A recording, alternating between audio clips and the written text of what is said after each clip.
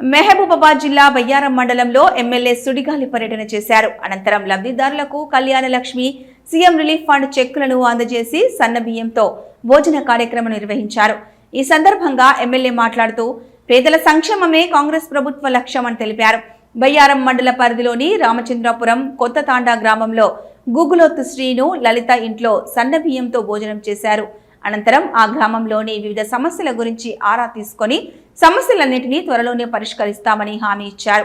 అనంతరం బయ్యారం మండల కేంద్రంలోని స్థానిక సహకార సంఘంలో ఏర్పాటు చేసిన CM relief fund Kalyana Lakshmi చెక్కులను అందజేశారు.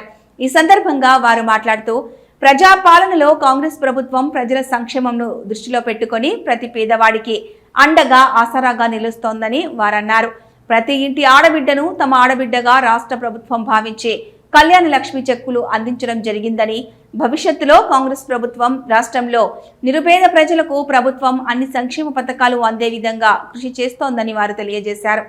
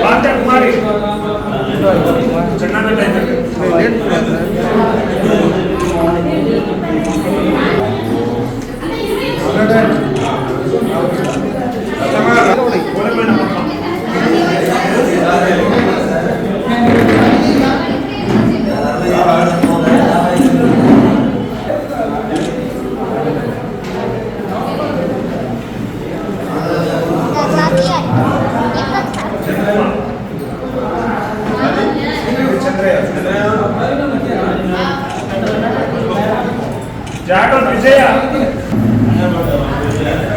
చిన్నబైన శ్రీనివాస్ మాతంగి మహేష్